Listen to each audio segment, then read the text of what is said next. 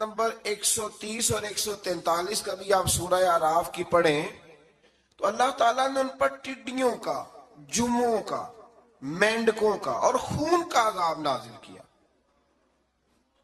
یہ کس قسم کا عذاب ہے؟ جمعے پڑ گئیں، ٹڈیاں آ گئیں، یہ اللہ نے عذاب نازل کیا۔ جب وہ عذاب میں مبتلا ہوئے تو موسیٰ علیہ السلام سے کہا کہ آپ اللہ سے دعا کریں کہ ہم سے یہ عذاب ٹل جائے، اگر ایسا ہوا تو ہم ایمان لے آئیں گے، بنی اسرائیل کو بھی آزاد کر دیں گے۔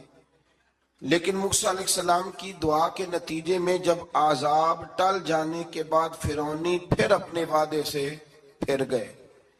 بنو قریظہ والوں نے بھی کئی دفعہ حضور سے وعدے کیے پر اپنے وعدوں پر قائم۔ ایک بات آپ سے یہاں روک کے عرض کر دوں، ہم بھی کئی دفعہ کہتے ہیں ذرا بریک کبھی گاڑی کی نہیں نہ لگتی تو ہم ارادہ کرتے ہیں کہ آج سے ہی نماز شروع کر دینی، ذرا طبیعت زیادہ لیل ہوتی ہے تو ارادہ کرتے ہیں نا کہ بھائی آج کے بعد ہم نے نیک، پھر کیا ہوتا ہے؟ شفا ہو گئی تو چھٹی ہو گئی۔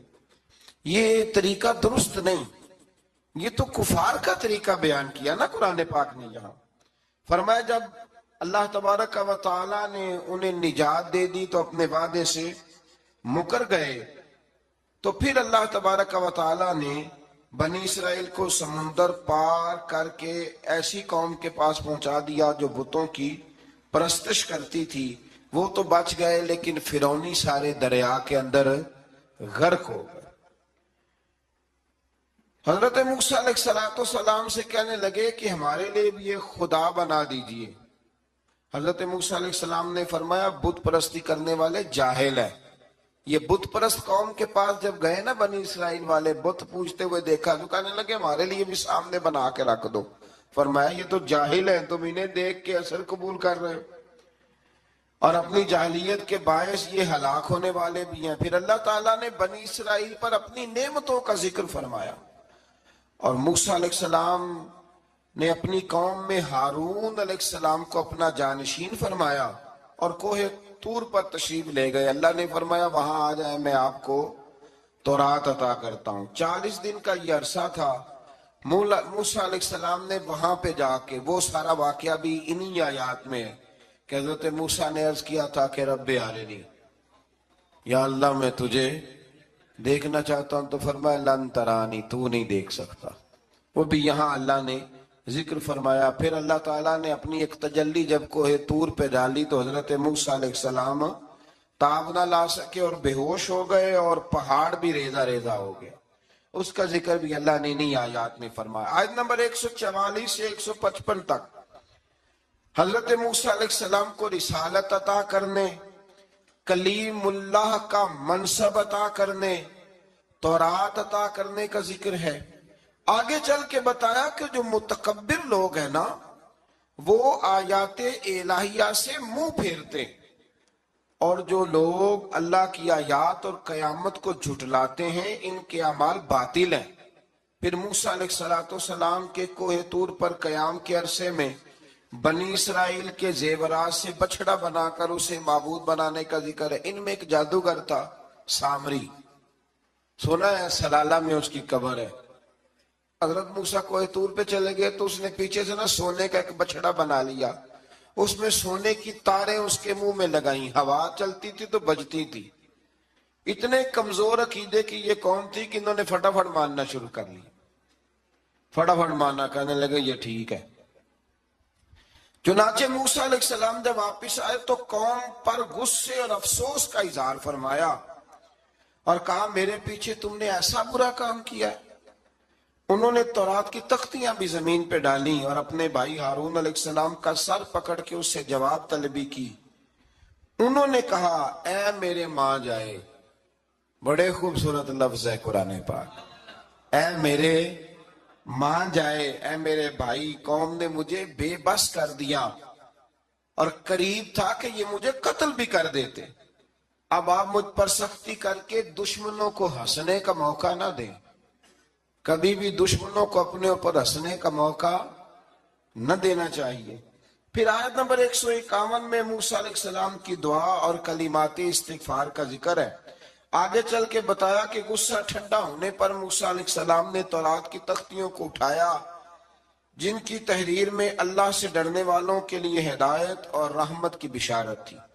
آیت نمبر 156 سے لے کر 158 تک میں موسیٰ علیہ السلام کی دعا کا ذکر ہے، جس میں انہوں نے اپنی قوم کے لیے اللہ تعالیٰ سے دنیا اور آخرت کی بھلائی مانگی۔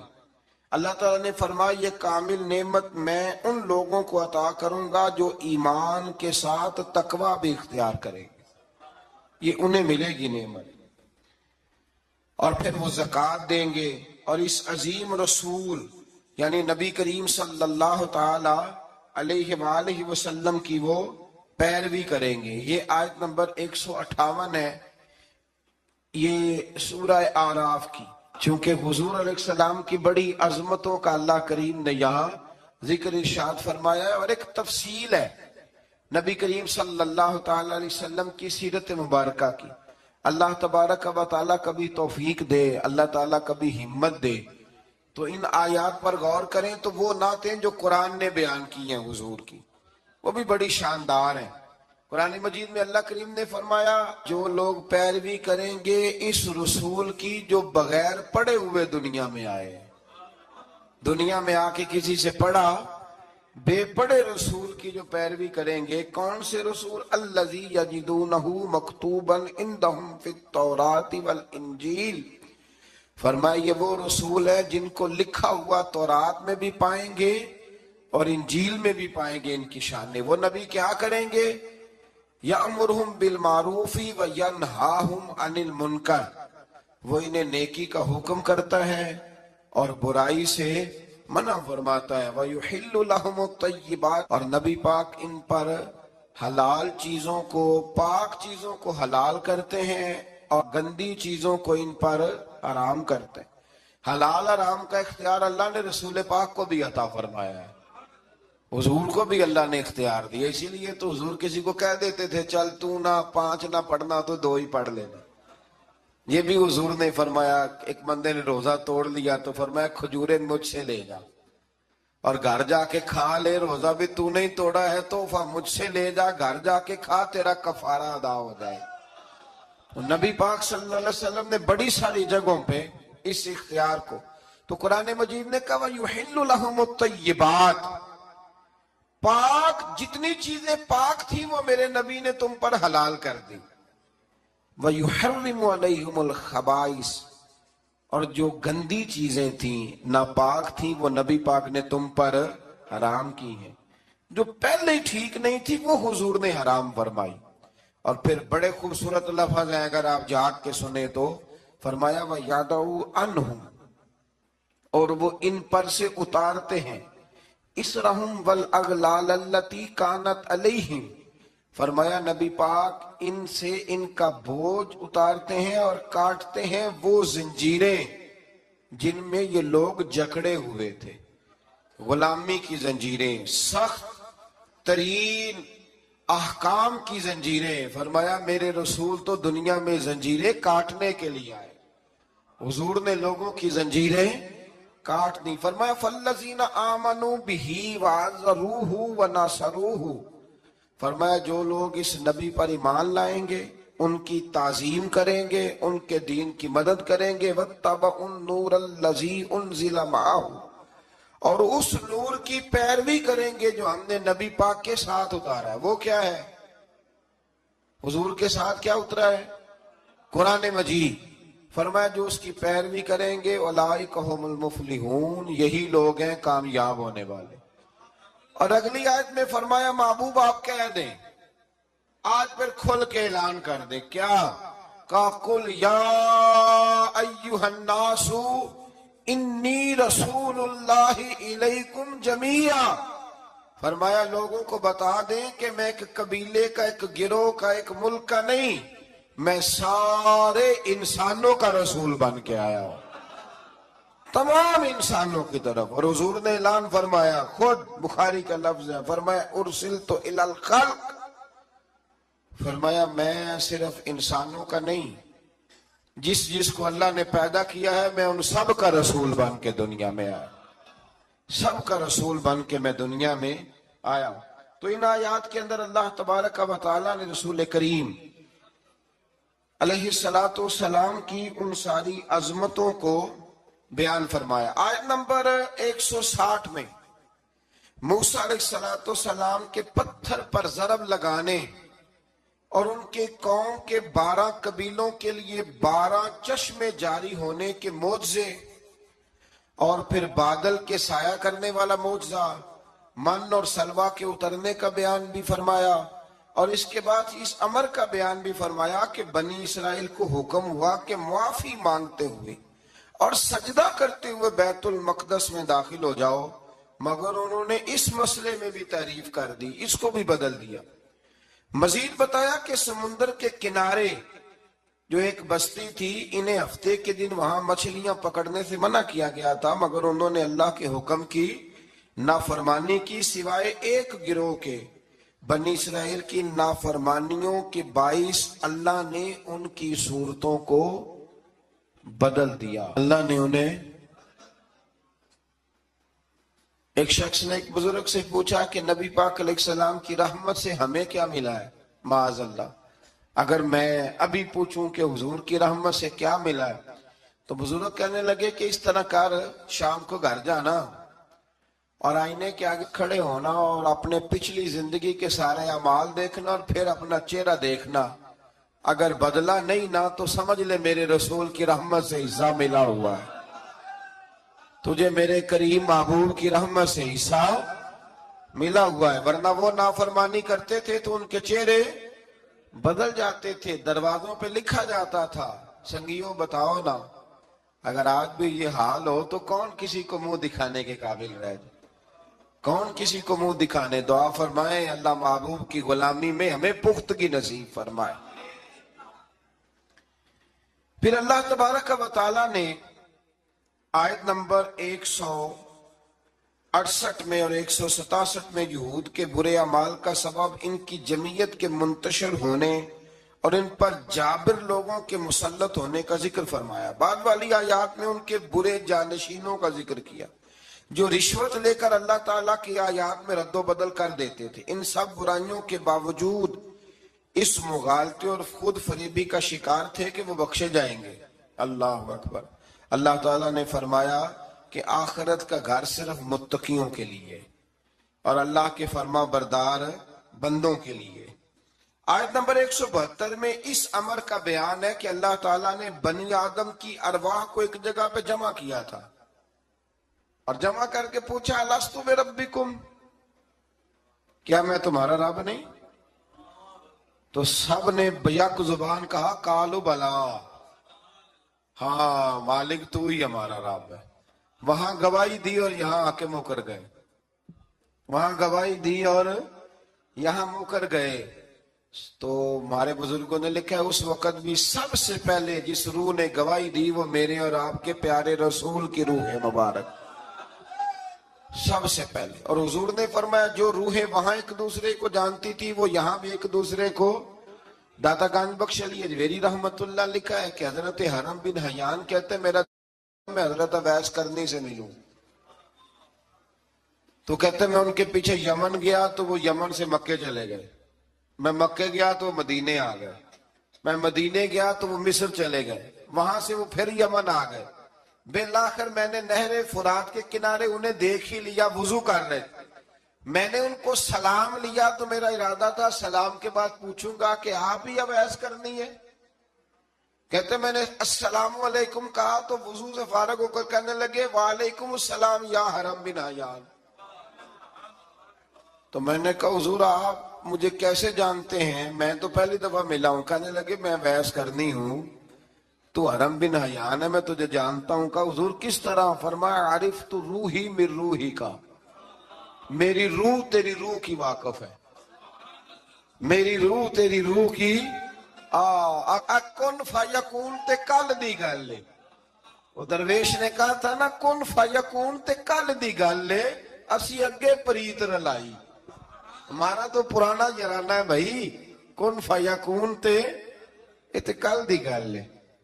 اللہ تبارک و تعالیٰ سمجھنے کی توفیق عطا فرمائے۔ یہاں بڑے لطیف نقطے ہیں، بڑی باتیں ہیں، پر انشاءاللہ تعالیٰ کسی وقت کریں گے. اس آیت پہ بڑا کچھ لکھا ہے ہمارے بزرگوں نے اور کمال کر دیا جس نے جو لکھا. بہرحال پھر آگے چل کے اللہ تعالیٰ نے ارشاد فرمایا آیت نمبر 175 میں بغیر نام لیے ایک شخص کا ذکر فرمایا. بعض بزرگوں نے کہا وہ بلم بن بورا ہے اور بعض نے کہا امیہ بن خلف ہے اور بعض نے کہا ابو عامر فاسق ہے. ان تینوں میں سے ایک برائی ان تینوں میں مشترک تھی, تینوں میں وہ جرم پایا جاتا تھا. وہ یہ تھا کہ ان کے پاس علم بھی تھا, زہد اور ریاضت بھی تھی بلم بن بورا کے پاس, لیکن حضرت موسیٰ کے حسد کی وجہ سے تباہ ہو گیا. اسی طرح امیہ اور ابو عامر نبی پاک علیہ السلام کے حسد کی وجہ سے تباہ ہو گئے. کچھ لوگ صرف حسد کی وجہ سے ہی, پتہ ہے آپ کو, کچھ لوگ حسد کی وجہ سے تباہ ہو جاتے ہیں. ایک بادشاہ بڑا کنجوس تھا تو اس کے سامنے ایک شخص اکثر آیا کرتا تھا, تو کسی نے اس سے کہا کہ بادشاہ سے انعام وصول کرو. اس نے کہا یہ بڑا کنجوس ہے, پر چلو اللہ نے مجھے بھی بڑا ذہن دیا, انعام لے ہی لیتے ہیں.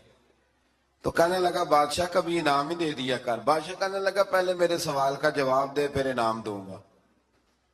اس نے سوال ہی ایسا سخت پوچھنا تھا کہ انعام بنے ہی نہ. حضرت رومی نے لکھا ہے کہ بادشاہ سلامت پوچھو سوال. تو بادشاہ کہنے لگا یہ میرے ہاتھ کی ہتھیلیاں, ان میں بال کیوں نہیں, پشت پہ ہے تو ہتھیلی پہ کیوں نہیں. اس نے بھی پھر کمال ہی جواب دیا, کہنے لگا وہ سخی بڑے ہیں, وہ دے دے کے نا بال سارے گھس گئے, وہ دے دے کے گھس گئے. بادشاہ کو بڑا ہی غصہ آیا, پتا تو اسے تھا نا میں کنجوس ہوں, بڑا غصہ آیا کہ تو سخی بڑا ہے تو دے دے کے تیرے ہاتھوں کے بال. اور غصے سے کے ساتھ کہنے لگا تو تیرے ہاتھوں میں کیوں نہیں بال. کہنے لگا بادشاہ تو نے دیا بڑا ہے تو میں نے لیا بڑا ہے, تیرے دے دے کے گھس گئے ہیں تو میرے لے لے کے گھس گئے ہیں. تو اس کو اور غصہ آیا, کہنے لگا تو یہ جو سارے بیٹھے ہیں یہ دربار میں ادھر بھی تو ادھر بھی, تو ان کے ہاتھوں پہ بال کیوں نہیں. کہنے لگا بادشاہ تو دیتا رہتا ہے میں لیتا رہتا ہوں تو یہ ہاتھ ملتے رہتے ہیں, ان کے مال مال کے گھس گئے ہیں. تو بادشاہ کہنے لگا بھائی بندہ تو سیانا ہے, تجھے کچھ نہ کچھ دینا ہی پڑے گا. تو اس نے دیا اسے. تو کچھ لوگوں کے نا مال مال کے ہی اللہ دیتا ہے نوازتا ہے, پر ان کے حسد کر کر کے یہ ہاتھ گھس جاتے ہیں, بیٹھ کے نا پروگرام بناتے رہتے ہیں. اس نے ایسا کیا اس لیے آگے نکل گیا, اس نے یہ کیا. ایک صاحب مجھے ایک شخص کے بارے میں خبر دینے لگا, کہنے لگا وہ فلانا کیا, پھر اس نے ایسا کیا, تو پھر وہ جیک لگا, پھر وہ سیاست کی تو آگے نکل گیا. میں کہ پتا تھا تینوں بھی سارا اسی تھے, تم ہی لا لینا سی, کیونکہ تم بڑی باری خبر دے رہا ہے کہ یہاں سے اس نے ایسے کیا تو پھر اس طرح کر کے اس نے ایسے کیا. ایسا نہیں ہوتا, جڑیاں گڈیاں آپ ہی اڈیاں, او نہ چڑھن اونچائیاں, او کئی گڈیاں اچیاں اڈیاں جڑیاں سائیاں آپ چڑھائیاں. یہ سمجھ لو, وَتُعِزُّ مَن تَشَاءُ وَتُذِلُّ مَن تَشَاءُ بِيَدِكَ الْخَيْرُ. اس لیے یہ الجھن نہ کریں. تو حسد کی وجہ سے یہ لوگ پیچھے رہ گئے. اللہ تعالیٰ ہمیں حسد سے محفوظ فرمائے. آیت نمبر 179 میں اللہ تعالیٰ کی نعمت عقل کو قبولیت ہدایت کے لیے استعمال نہ کرنے والوں کو چوپایوں سے بدتر قرار دیا گیا. جو عقل اور شعور رکھنے کے باوجود استعمال نہیں کرتے, فرمایا جانوروں سے برے ہیں. ان کے دل ہیں مگر وہ حق کے دلائل کو سمجھتے نہیں. رب فرماتا ہے ان کے پاس آنکھیں ہیں پر آیات الہی کو دیکھتے نہیں, ان کے پاس کان ہیں پر دعوت حق کو سنتے. آیت نمبر 180 میں اللہ تعالیٰ کی اسماء حسنہ کے ساتھ پکارنے کا ذکر ہے کہ رب کو پیارے پیارے ناموں کے ساتھ پکارا کرو. رحمان کہہ کے پکارو, رحیم کہہ کے پکارو, ستار اور غفار کہہ کے پکارو. اللہ اکبر. آیت نمبر 186 سے 188 میں منکرین کے قیامت کے بارے میں پوچھنے اور قیامت کے اچانک آنے کا ذکر ہے. رسول اللہ صلی اللہ علیہ وسلم کو بارگاہ ربوبیت میں عجز و نیاز کی تعلیم دیتے ہوئے فرمایا کہ اے محبوب آپ یہ کہہ دیں کہ میں اپنی ذات کے لیے خود سے کسی نفع و نقصان کا مالک نہیں ہوں مگر جو اللہ چاہے, اور اگر میں اپنی ذات سے غیب کو جانتا تو میں آج خود خیر کثیر جمع کر لیتا اور مجھے کوئی تکلیف نہ پہنچتی. یعنی غیب کے علوم اور ساری نعمتیں رب ہی عطا کرتا ہے، رب ہی عطا کرتا ہے، اور کبھی بھی کوئی تکلیف پہنچے تو اس کی قضاء و قدر سے پہنچتی ہے. یہ اللہ کی قدرت ہوتی ہے. اگر کبھی کسی کو کوئی تکلیف، زیادہ تر تکلیفیں اس کے پیاروں کو پہنچتی ہیں. مطلب یہ تو نہیں نا کہ وہ ناراض ہے، اس میں کوئی اس کی حکمت ہے. آیت نمبر 199 اور 190 میں بتایا کہ تمام بنی آدم کو ایک جان حضرت آدم علیہ السلام سے پیدا کیا ہے اور اسی سے اس کا جوڑا بھی بنایا تاکہ وہ اس سے سکون حاصل کرے. اور جب بیوی امید سے ہو تو میاں بیوی تندرست لڑکے کی دعا کرتے ہیں اور شکر ادا کرنے کا اقرار کرتے ہیں. لیکن جب اللہ تعالیٰ ان کو عطا کرتا ہے تو یہ لوگ اس کے ساتھ شریک بنا لیتے ہیں. اس کے بعد والی آیات میں کفار کے معبودان باطل کے عجز، کمزوریوں اور احتیاج کا ذکر فرمایا. دیکھیں نا آپ، جب تک تو بچہ پیدا نہیں ہوتا تو دعائیں ہوتی رہتی ہیں، اور جب پیدا ہو جاتا ہے تو پھر ڈھول بجنے شروع ہو جاتے ہیں. کئی دفعہ دل کرتا ہے پوچھنے کو کہ یار یہ تمہیں اللہ تعالیٰ نے دیا ہے نا، تو چاہیے تو یہ تھا کہ بچہ پیدا ہوتے ہی سجدے میں گر جاتے. اگرچہ یہ طریقہ کفار کا بیان کیا یہاں، لیکن مسلمانوں کی تعلیم کے لیے بیان ہو رہا ہے. اکثر بھائی میں نے جی 6 من مٹھائی بانٹ ڈالی، اتنا میں نے کیا، تو بھائی نفل کتنے پڑے، اس پر کوئی توجہ نہیں ہے. اسی طرح کا ہمارا معاملہ یہ ہے کہ جب تک تو کوئی بندہ بیمار رہتا ہے تو دعائیں چلتی رہتی ہے، اور تندرست ہو کے آ جائے تو اب وہ بھول جاتا ہے. اللہ تبارک و تعالی ہمیں ہر حال میں اپنی یاد کی توفیق عطا فرمائے. آیت نمبر 194 میں مشرکوں کے معبودان باطلہ کے بارے میں بتایا کہ وہ تمہاری ہی طرح مخلوق ہیں جن کو تم پوجتے ہو، اور آنکھ، کان، ہاتھ اور پاؤں کی نعموں سے بھی محروم ہے. یعنی وہ خود ہی عاجز اور بے بس ہیں، کسی کو نفع یا نقصان پہنچانے پہ قادر نہیں ہے. یہ چیزیں اللہ تعالیٰ کے اختیار میں. آیت نمبر 199 میں اخلاق اسنا کی جامع ترین تعریف اللہ تعالیٰ نے سرکار دو عالم صلی اللہ علیہ وسلم سے فرمایا، جو قصوروار معذرت طلب کرتے ہوئے آپ کے پاس آئے اسے معاف کر دیجیے. محبوب جو معافی مانگے اسے معاف کر دیجیے، اچھی باتوں اور نیک کاموں کا حکم دیجیے، اور ناسمجھ لوگوں سے الجھنے کی بجائے رخ انور پھیر لیجیے. اور اگر شیطان وسوسہ اندوزی کرے تو اعوذ باللہ پڑھیے، اللہ کے ذکر سے شیطان کے شر سے پناہ حاصل ہو جائے گی. یعنی جھگڑا نہیں کرنا، اعوذ باللہ پڑھ لینی، خود بخود شیطان بھاگ جائے گا. سورہ اعراف کے آخر میں آیت نمبر 204 میں اللہ نے فرمایا، جب قرآن پڑھا جائے تو غور سے سنو اور خاموش رہو تاکہ تم پر رحم کیا جائے. اللہ تبارک و تعالی توفیق عطا کرے. آگے سورہ انفال شروع ہو جاتی ہے اسی پارے کے آخر میں. یہ سورہ انفال جو ہے یہ مدنی سورت ہے، اور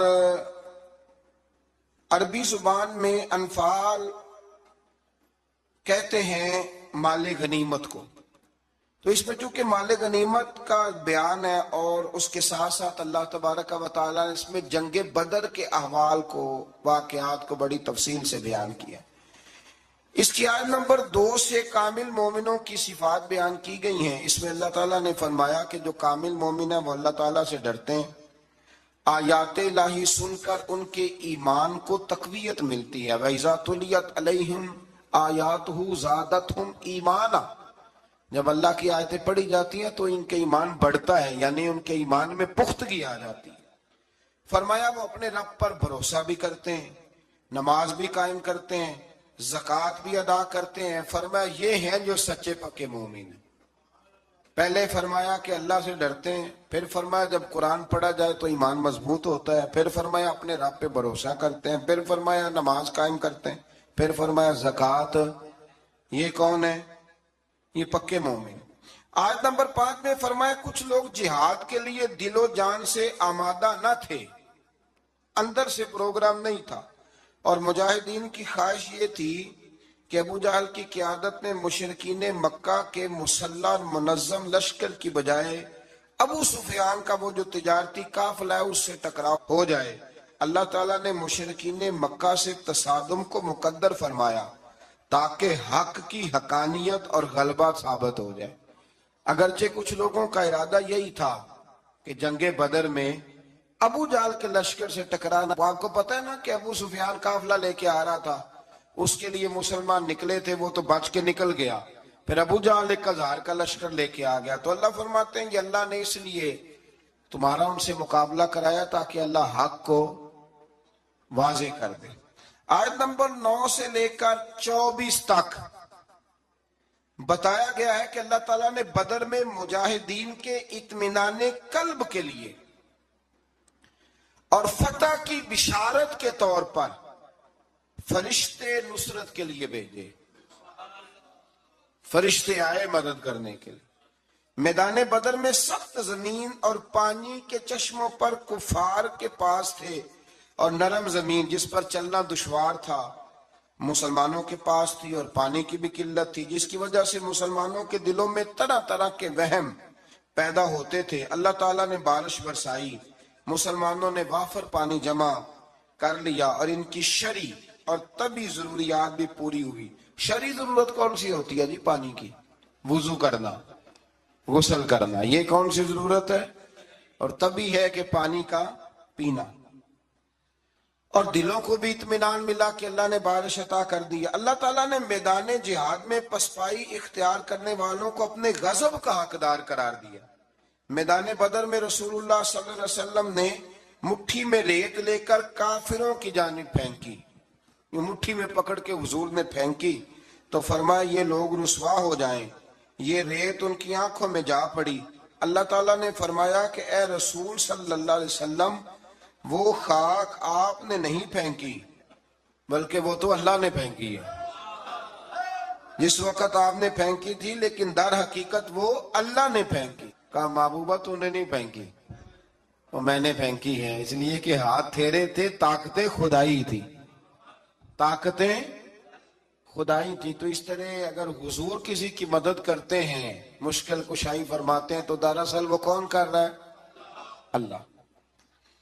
اللہ تعالیٰ نے بدر کو فیصلہ کن جنگ قرار دیا اور مسلمانوں سے فرمایا اے ایمان والو، اللہ اور اس کے رسول کے بلانے پر فوراً حاضر ہو جایا کرو جب رسول تمہیں اس چیز کی طرف بلائیں جو تمہارے لیے حیات آفری ہے۔ یہ آیت نمبر آپ جا کے ملاحظہ کیجئے گا 24، اور پھر اس کی تفسیر جس نے بھی لکھی ہے نا وہ پڑھ لیجئے گا، اتنا وقت نہیں کہ میں تفسیر میں جاؤں۔ جب بھی اللہ رسول بلائیں فوراً حاضر ہو جاؤ۔ حالانکہ اللہ تو بلاتا ہی نہیں، بلایا کون کرتے تھے؟ نبی کریم علیہ السلام۔ حضرت سعید بن معلہ رضی اللہ تعالیٰ عنہ کہتے ہیں میں نماز پڑھ رہا تھا تو حضور نے بلایا، میں جلدی سے نماز پڑھ کے فارغ ہو کے حاضر ہوا تو حضور نے فرمایا میں نے بلایا تو آیا کیوں نہیں؟ عرض کی حضور نماز پڑھ رہا تھا، اور میں نماز پڑھتا تو قرآن نہیں پڑھتا؟ سورہ انفال میں رب فرماتا ہے جب میرا رسول بلائے فوراً حاضر ہو جایا کرو، یعنی معنی یہ کہ نماز توڑ کے آنا چاہیے تھا۔ یہاں میرے اعلیٰ حضرت نے لکھا ہے حضور بلائے تو نماز چھوڑ کے چلا جا، اور واپس آ کے نہ جہاں سے چھوڑی تھی وہیں سے شروع کر لے، سجدہ صاحب کی بھی ضرورت نہیں، تو نماز مکمل کر لے۔ جتنی دیر تو مصطفیٰ کی بارگاہ میں حاضر تھا سمجھ لے میں رب کی عبادت میں ہی موجود تھا۔ ہاں اس لیے اقبال نے کہا تھا اذان تو ازل سے تیرے عشق کا ترانہ بنی، اور نماز تو اس کے نظارے کا ایک بہانہ بنی، اور ادائے دید سراپا نیاز تھی تیری، بس کسی کو دیکھتے رہنا نماز تھی تیری۔ ادائے دید سراپا نیاز تھی تیری، اور کسی کو دیکھتے رہنا یہ نماز تھی تیری۔ آیت نمبر 25 میں فرمایا یہ مت سمجھنا کہ ظالموں کے فتنے کا وبال صرف ان لوگوں تک محدود رہے گا، اگر عمل بالمعروف اور نہیں عن المنکر کا عمل رک گیا تو اس کے اثرات باقی معاشرے کو بھی بھگتنے پڑیں گے۔ یہ آیت نمبر 25 ہے۔ اگر نیکی کا حکم دینا چھوڑ دیا جائے، برائی سے منع کرنا چھوڑ دیا جائے، تو اس کا وبال صرف ان لوگوں پہ نہیں پڑتا، سارے معاشرے میں پڑتا ہے۔ لوگ سمجھتے ہیں کہ ان درسوں کی، ان تقریروں کی، ان وعظوں کی کوئی اہمیت نہیں، یہ پڑھو رب کا قرآن، رب فرماتا ہے کہ اگر تم یہ کام چھوڑ دو گے تو ساری قوم وبال میں آ جائے گی۔ یہ تو فرض کفایہ ادا ہوتا ہے۔ بڑے سارے لوگوں کی طرف سے یہ معاملہ، یہ قرآن پڑھ رہا ہوں، قرآن پاک واضح آیات میں یہ حکم ہے۔ لوگ کہتے ہیں جی اتنا سال ہو گئے درس دیتے، پھر لوگ بدلے کیوں نہیں؟ تو میں نے کہا ہمارے ذمہ اذان پڑھنا ہے، بندوق لے کے لوگوں کو لانا نہیں۔ ہم اذان دیتے رہیں گے، پھر جسے اللہ توفیق دے گا وہ انشاءاللہ نماز بھی پڑھ ہی لے گا۔ مؤذن کی ڈیوٹی ہے کہ وہ اذان پڑھے، اس کی یہ ڈیوٹی نہیں کہ بندوق لے کے جائے اور لوگوں کو گھروں سے نکال کے لائے۔ آیت نمبر 26 میں ہجرت سے پہلے مسلمانوں کی بے بسی اور بعد میں اللہ کی مدد سے مضبوط ہونے اور اس نعمت پر اللہ کا شکر ادا کرنے کا بیان ہے۔ مزید فرمایا کہ اللہ اور اس کے رسول سے خیانت نہ کرو، یا ایھا الذین آمنوا لا تخونوا اللہ والرسول۔ فرمایا اللہ اور اس کے رسول سے خیانت، یہ آیت نمبر 27 ہے۔ اور فرمایا اپنی امانتوں میں بھی خیانت نہ کرو اگرچہ تم جانتے ہو۔ اللہ رسول سے خیانت کیا ہوتی؟ تو اس آیت کے تحت حضرت عبداللہ ابن عباس فرمایا کرتے تھے جس نے فرض چھوڑے اس نے اللہ سے خیانت کی، اور جس نے سنت کو چھوڑا اس نے نبی پاک سے خیانت کی۔ اللہ تعالیٰ فرض ادا کرنے کی بھی توفیق دے اور مصطفیٰ کی سنت کا پیار بھی عطا فرمائے۔ آیت نمبر 30 میں ہجرت کے موقع پر مشرکین مکہ نے اپنی پارلیمنٹ میں، دارالندوہ جو ان کی پارلیمنٹ تھی جس میں وہ بیٹھتے تھے، رسول اللہ صلی اللہ علیہ وسلم کے بارے میں وہاں بیٹھ کے جو مشاورت کی تھی اس کے احوال اللہ نے بیان کرتے ہوئے فرمایا اس وقت کو یاد کرو جب کافر آپ کے خلاف سازشیں کر رہے تھے تاکہ آپ کو قید کریں یا معاذ اللہ ثم معاذ اللہ قتل کریں یا جلا وطن کریں۔ کیا خوبصورت انداز ہے۔ رب فرماتا ہے وہ اپنی سازشوں میں لگے ہوئے تھے اور اللہ تعالیٰ اپنی خفیہ تدبیر فرما رہا تھا، اور اللہ بہترین تدبیر کرنے والا ہے۔ کہتے ہیں وہ میرے خلاف سازشیں کر رہے ہیں، میں نے کہا چھوڑ، تو رب کی مدد حاصل کر، اللہ بہترین تدبیر کرنے والا ہے۔ آیت نمبر 32 سے 35 میں فرمایا کفار مکہ اپنی سرکشی کی وجہ سے اس طرح کے مطالبات کرتے تھے کہ اگر آپ کے پاس یہ قرآن حق ہے تو اللہ سے دعا کیجئے کہ ہم پر آسمان سے پتھر برسائے یا ہمیں دردناک عذاب دے۔ یہ وہ کہا کرتے تھے، مگر اللہ نے فرمایا کیا محبوب جب تک آپ ان میں موجود ہیں اللہ انہیں عذاب نہیں دے گا۔ ہاتھ دو بھائی، جب تک آپ موجود ہیں اللہ عذاب۔ اور ایک جملہ اور سن لیں، میرا تو ایمان ہے کہ جب تک گنبد خضرا موجود ہے، جب تک گنبد خضرا موجود، اس دھرتی پہ عذاب۔ یہ دنیا ایک سمندر ہے مگر ساحل مدینہ ہے، یہ دنیا جل کے بجھ جاتی مگر حائل مدینہ ہے، یہ دنیا جل کے بجھ جاتی مگر یہ زمین پہ مدینہ ہے۔ اسی لیے تو ہر جگہ سبزہ اگتا ہے، ورنہ جو ہم کام کرتے ہیں وہ تو جل کے مرنے والے ہیں۔ تو فرمایا محبوب جب تک آپ موجود ہیں اللہ عذاب۔ او سجنوں ذرا آنکھیں کھول کے سننا، اگر حضور موجود ہوں، اگر حضور موجود ہوں تو رب کافر کو عذاب نہیں دیتا تو محمد عربی کے غلاموں کو کیوں عذاب دے گا؟ جب ان کے دشمنوں کو عذاب نہیں دیتا ان کے ہوتے ہوئے۔ اسی لیے حضرت انس بن مالک نے پوچھ لیا تھا یا رسول اللہ قیامت والے دن کہاں تلاش کروں؟ موٹی بات ہی کر دی، ترمذی میں موجود ہے۔ حضور نے نہیں فرمایا کہ چل نماز روزہ سیدھا کر، مجھے ڈھونڈ کے کیا کرے گا؟ حضور کہاں تلاش کروں؟ فرمایا حوض کوثر پہ آ جانا، امتیوں کو میں جام پلا رہا ہوں گا۔ حضور وہاں ملاقات نہ ہوئی، فرمایا میزان عمل پہ آ جانا، اعمال تول رہے ہوں گے میں دعائیں کر رہا ہوں گا۔ حضور وہاں ملاقات نہ ہوئی، فرمایا پل صراط پہ آ جانا، امت گزر رہی ہوگی میں دعائیں کر رہا ہوں گا۔ اور بریلی کے امام کہنے لگے پھر ہمیں کیا پریشانی ہے پل سے گزرنے کی؟ فرمانے لگے رضا اب پل سے وجد کرتے گزریے کہ ہے رب سلم صدائے محمد، کیونکہ خدا کی رضا چاہتے ہیں دو عالم، خدا چاہتا ہے رضائے محمد۔